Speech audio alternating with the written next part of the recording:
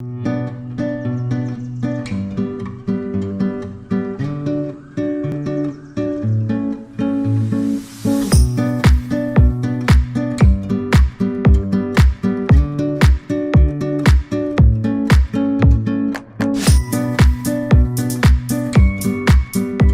tardes, muchas gracias por la invitación.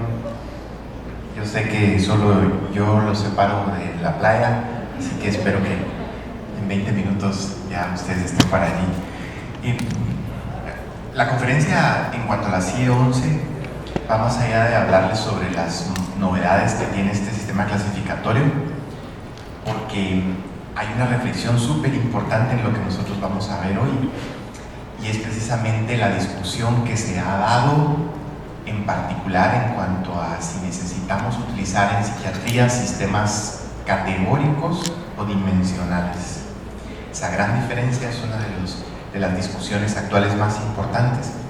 Y si bien es cierto, los diagnósticos categóricos nos han servido durante muchísimo tiempo, porque nos ayudan a distinguir una patología de la otra, una entidad de la otra, lastimosamente dejan por fuera una cantidad significativa de presentaciones subsindromáticas, y es ahí a donde probablemente nuestros modelos en el futuro tengan que apuntar, en particular porque las investigaciones genéticas no coinciden con las taxonomías que nosotros utilizamos. Si ustedes bien recuerdan, el 95% del tiempo que nuestro cerebro tomó en evolucionar lo hizo en la sabana africana, cuando éramos cazadores-recolectores, y en ese pasado extendido mucho de cómo funcionaba nuestro cerebro sigue operando de la misma manera en una buena parte. Uno de los ejemplos más claros es nuestros sistemas de ansiedad. Recordarán ustedes que cuando éramos cazadores-recolectores era mucho más importante saber dónde había un depredador que poder contemplar un atardecer, de tal manera que nuestro cerebro está muy cableado para la información negativa. De la misma manera, ¿por qué? Porque de esa dependía nuestra supervivencia.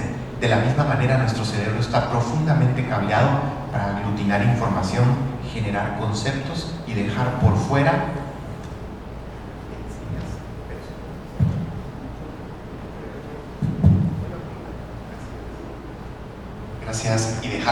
características esenciales. En otras palabras, es un reto para la evolución del cerebro ir partiendo de lo micro a lo macro, y de alguna manera, obviamente, para sobrevivir nosotros era mucho más importante poder definir conceptos y saber que un animal peludo rápido, león, ¿sí? Sin embargo, no todos los animales peludos y rápidos eran leones, otros podían servirnos también para comer, ¿no? De la misma manera, se darán cuenta ustedes cómo nuestro cerebro sigue funcionando en buena manera en esta línea. Gracias.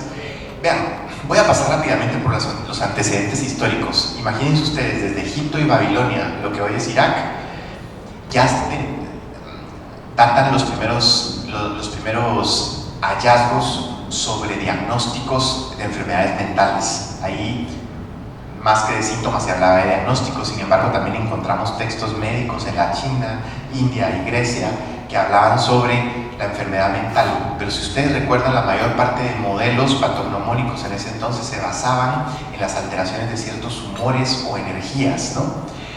Fíjense ustedes, investigando me encontré por ahí que había un texto hindú antes de la era cristiana que describía 24 entidades delineadas.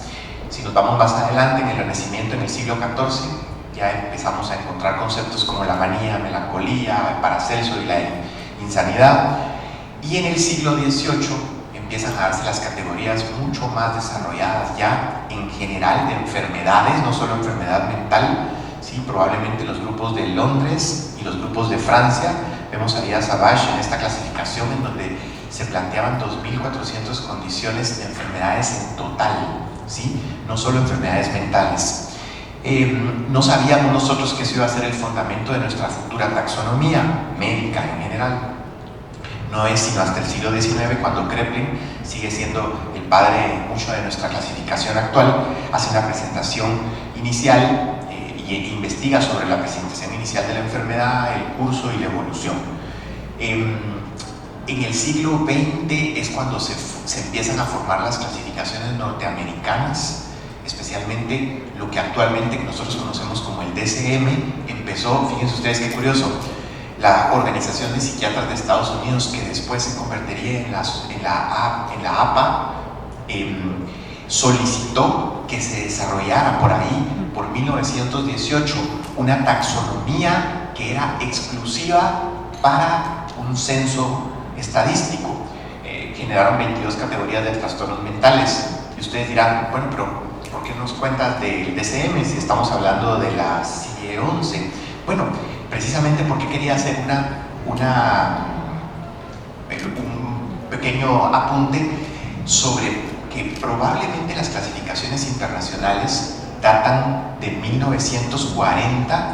Muchos de estos, aunque fíjense ustedes, ya en Londres habían estudios estadísticos que comenzaron un siglo antes con los trabajos de John Grant sobre las tabulaciones de mortalidad, 1962. Más o menos por 1946 empieza la organización, digamos, como más formal de lo que se convertiría en la clasificación internacional de enfermedades. Lo que ustedes ven a su derecha, si tuviéramos nosotros que nombrar la CIE 1, 2, 3, 4 hasta el momento, es lo que ustedes ven a su izquierda. Sin embargo, la que primero tomó la Organización Mundial de la Salud fue en 1948 lo que sería el correspondiente a la CIE 6. No se le llamó así, se le llamó, ahí lo tienen ustedes, como la Lista Internacional de Enfermedades y Traumatismos y Causas de Defunción. Y eso siguió evolucionando hasta 1955 la séptima, 65 la octava, 75 la novena, y en 1989 se formó la 10ª, que es la que nosotros utilizamos actualmente, la Clasificación Estadística Internacional de Enfermedades y Problemas Relacionados con la Salud, ¿sí? La cual tiene su capítulo característico de enfermedades mentales. ¿Qué pasa después de eso?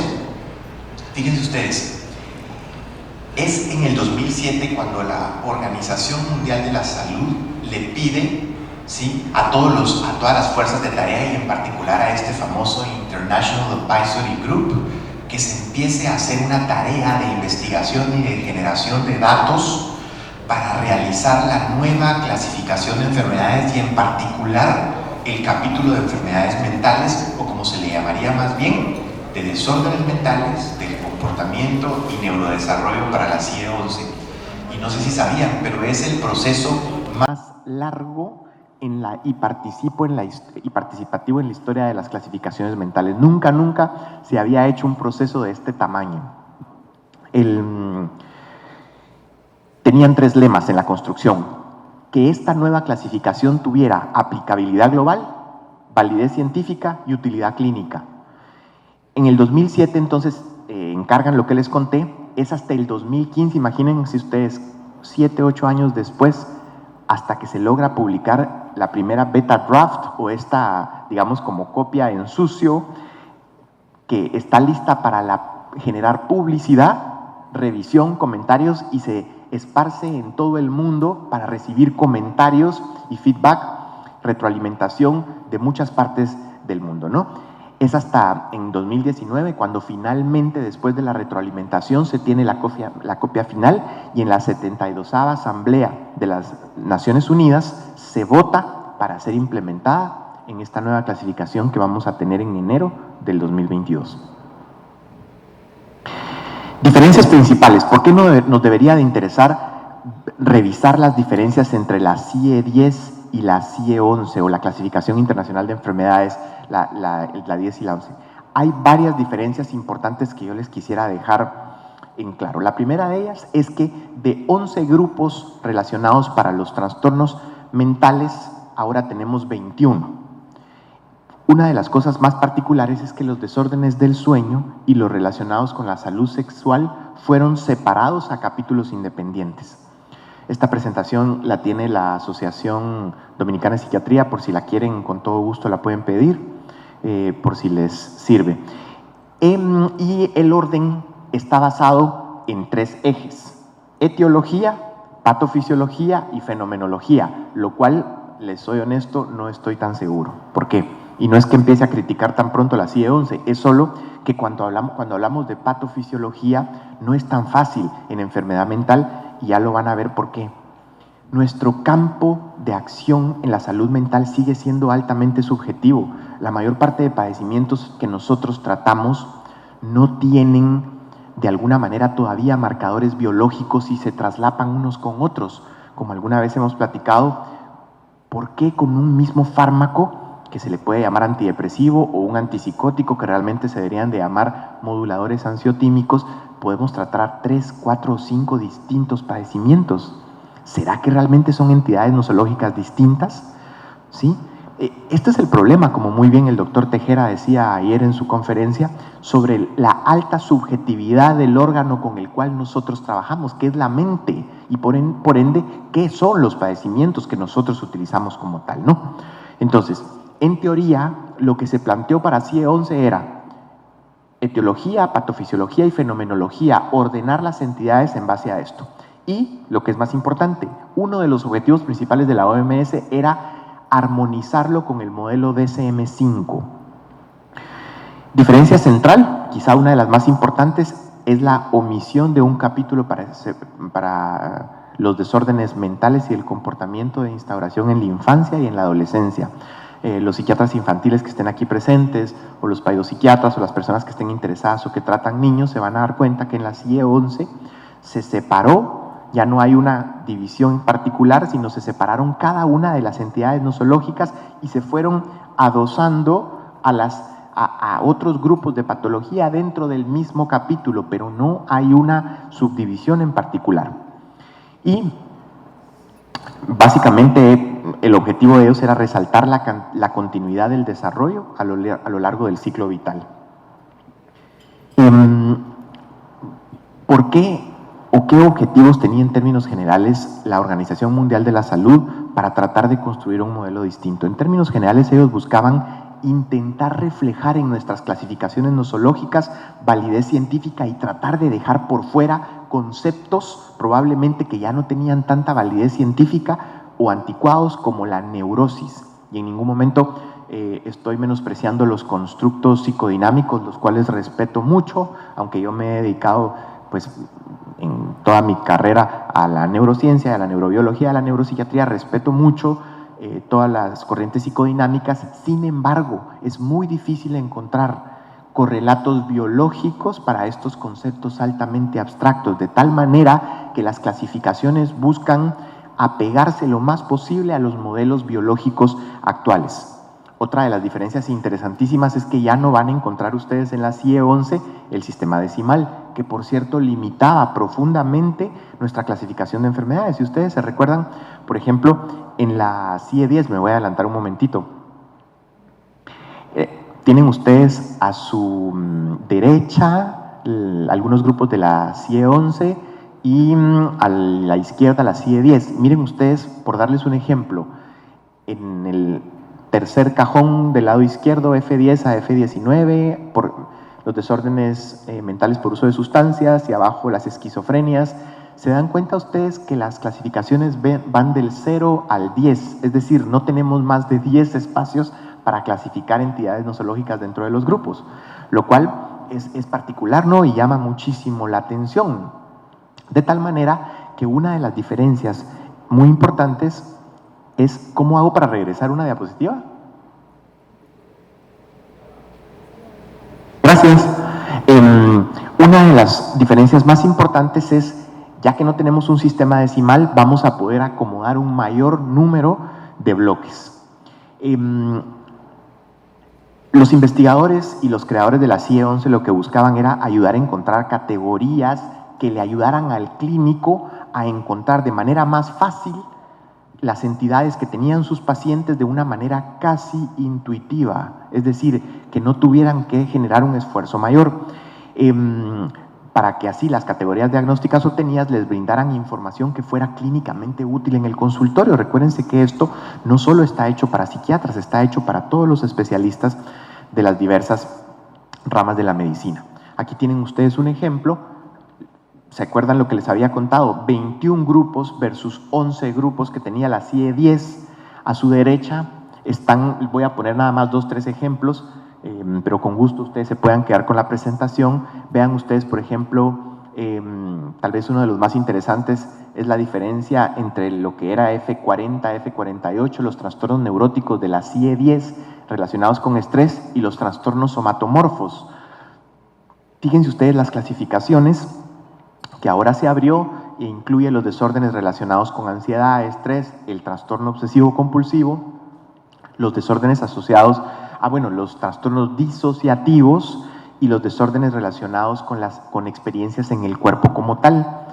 Les llamará a ustedes la atención, por ejemplo, que en los trastornos orgánicos allá arriba, que ahora se llaman desórdenes neurocognitivos, entre paréntesis aparece, en vez de ser 6, el capítulo de la CIE-11 para los trastornos mentales va a ser el capítulo 6.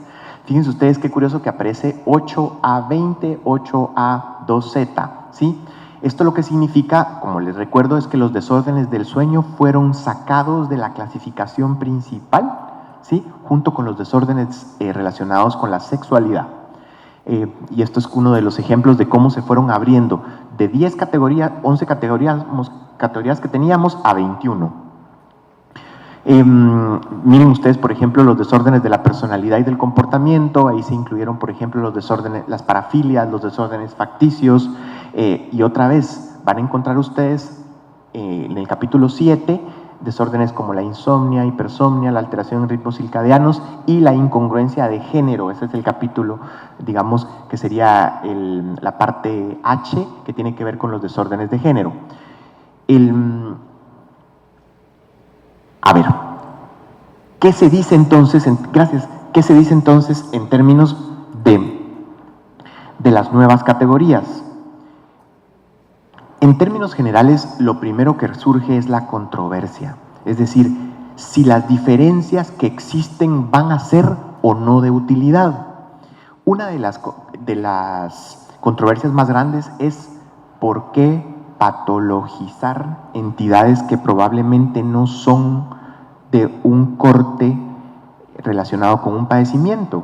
Y esa es una de las preguntas que se han hecho, en particular con 3 entidades. La primera es el computer gaming, ¿sí? La gente que compulsivamente juega juegos de video. La segunda es el comportamiento sexual compulsivo. Y la tercera es un desorden en particular relacionado con el duelo, lo que en el DSM ustedes encuentran como el pervasive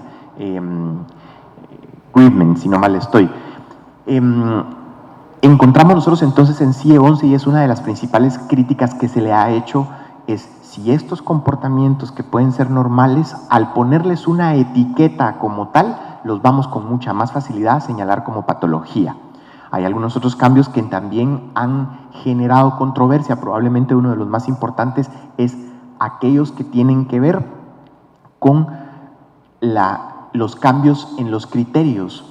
Uno de los más conocidos en el que tiene que ver con trastorno de estrés postraumático, en donde las líneas para la CIE-11 más importantes para diagnosticar trastorno de estrés postraumático es la reexperimentación del trauma, los pensamientos evitativos y la percepción permanente de una amenaza, que no es exactamente el arousal que plantea los modelos DSM, ¿no?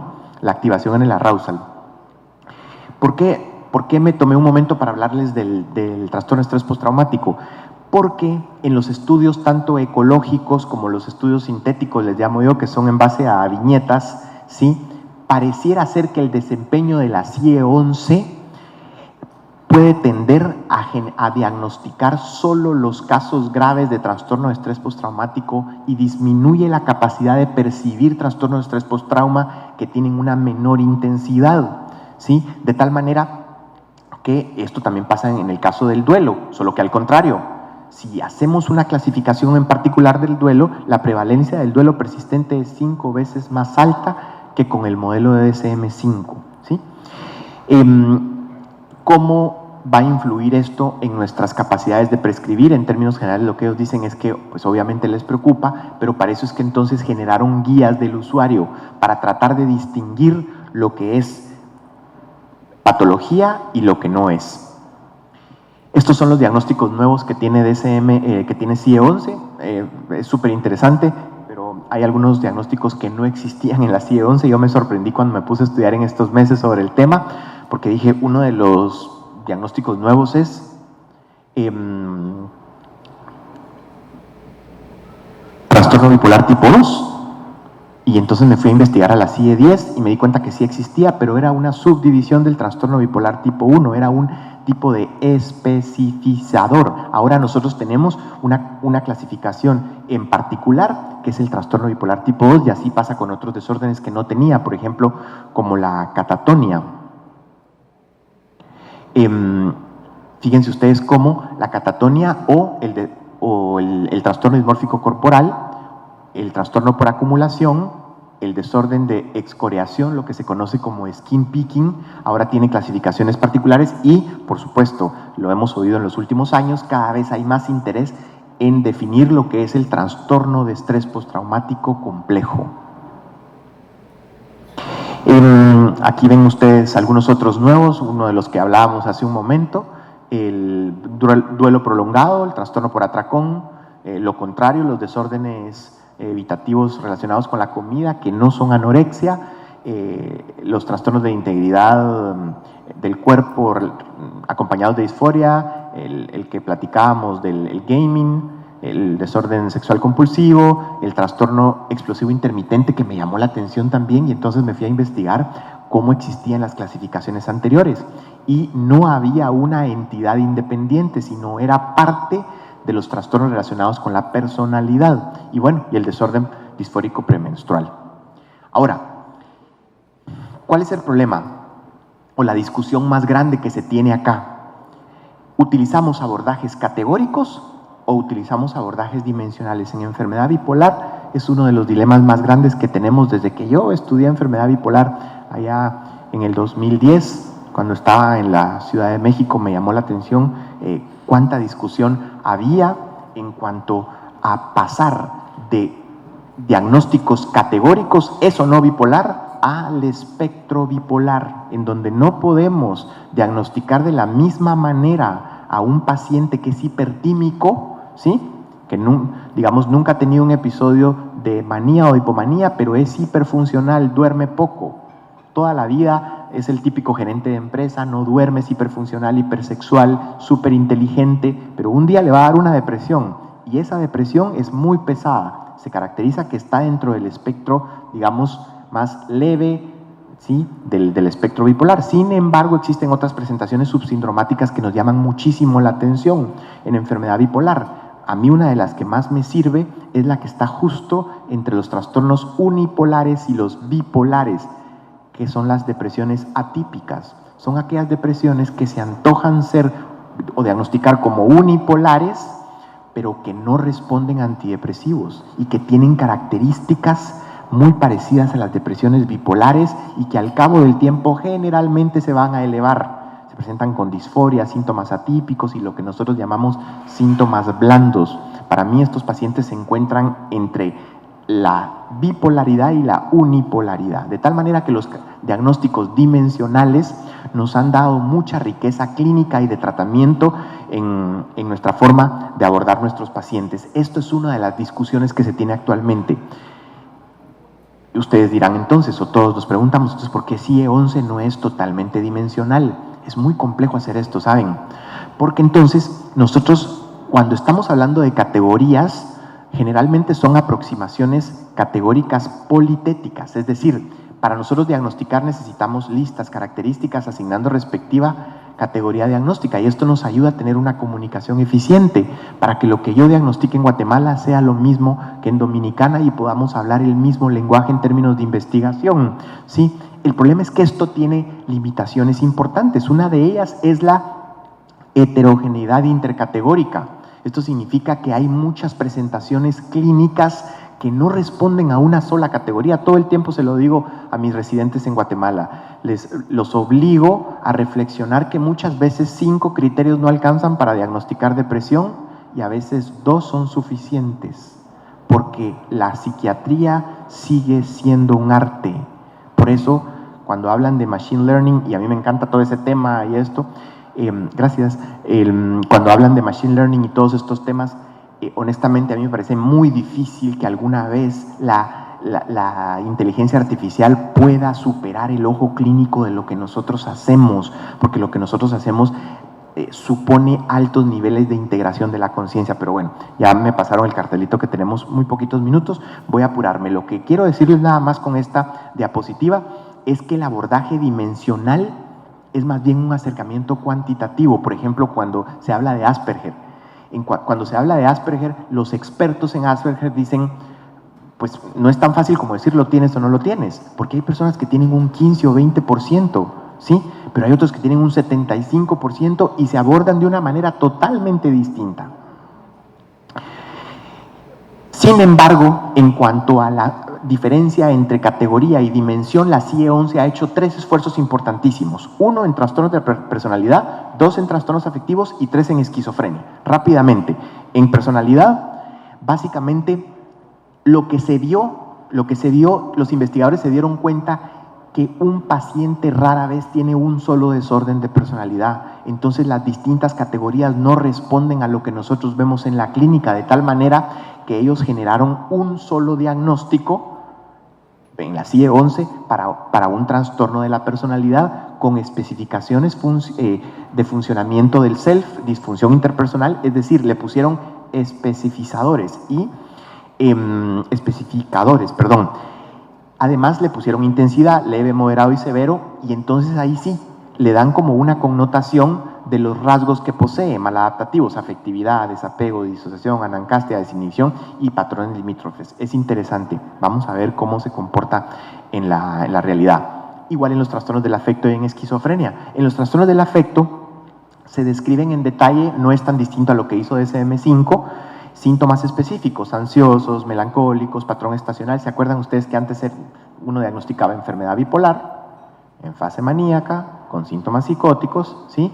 Pero el DSM-5 dio algunos otros especificadores, así como lo hace CIE-11, en donde ya, por ejemplo, nos habla de severidad y también de curso.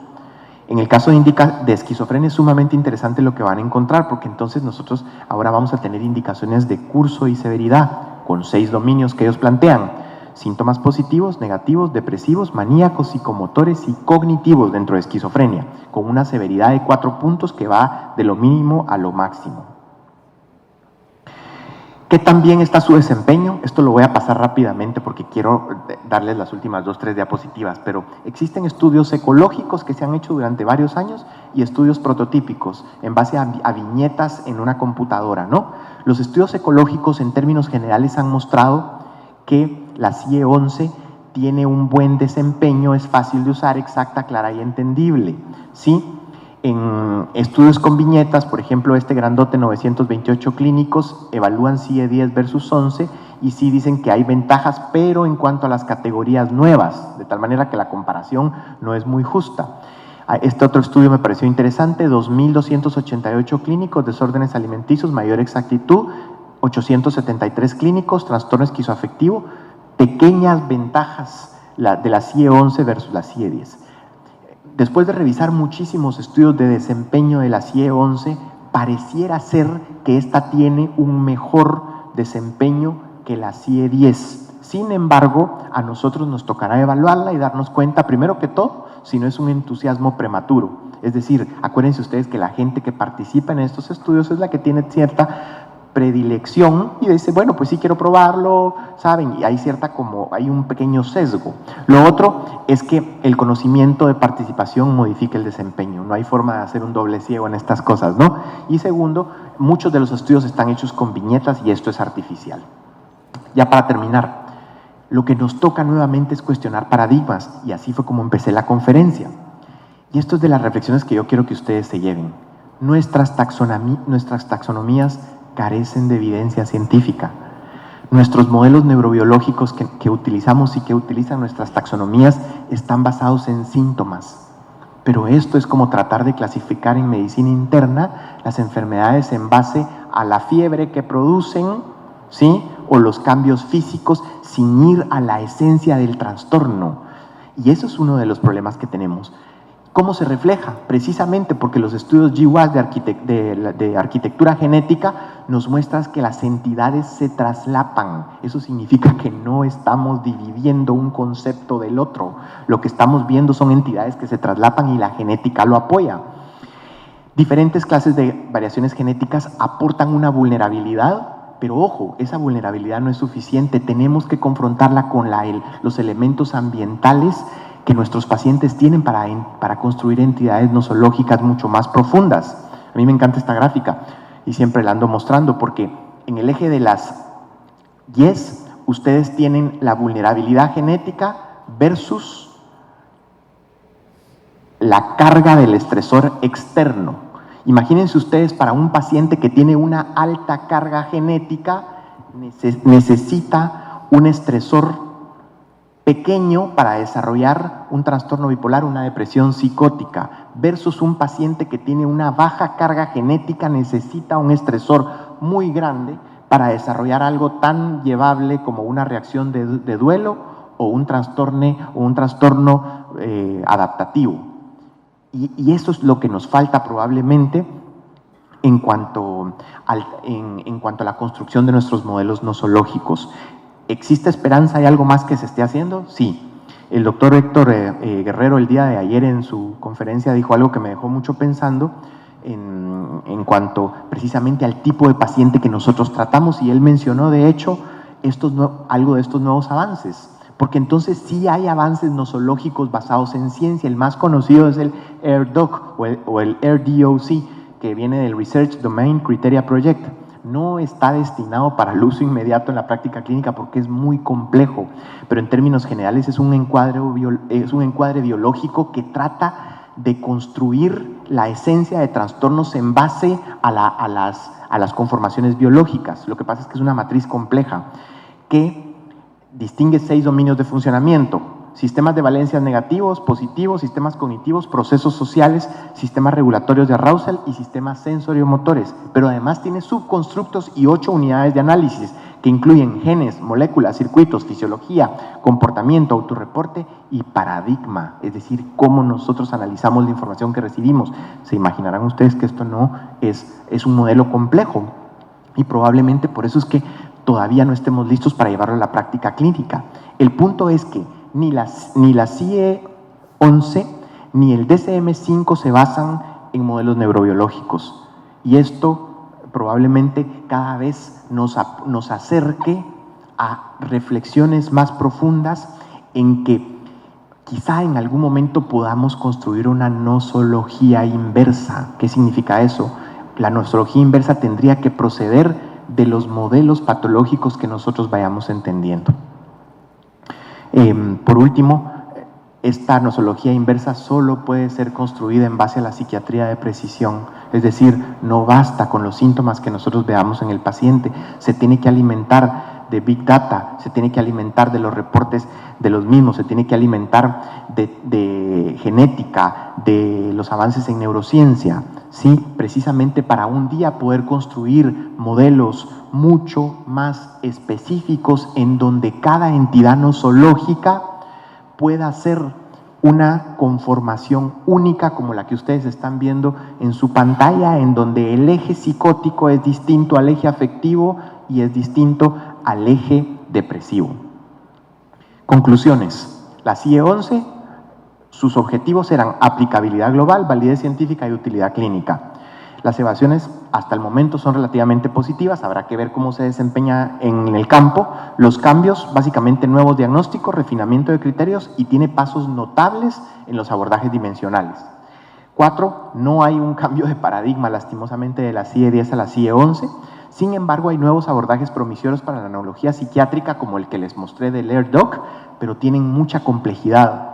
Y por último, probablemente tengamos que construir, fíjense, diagnósticos que retengan clasificaciones categóricas que nos sirvan en la clínica, ¿no? Pero que permitan valoraciones dimensionales detalladas, que también sean útiles en contextos de investigación. Muchas gracias por la atención.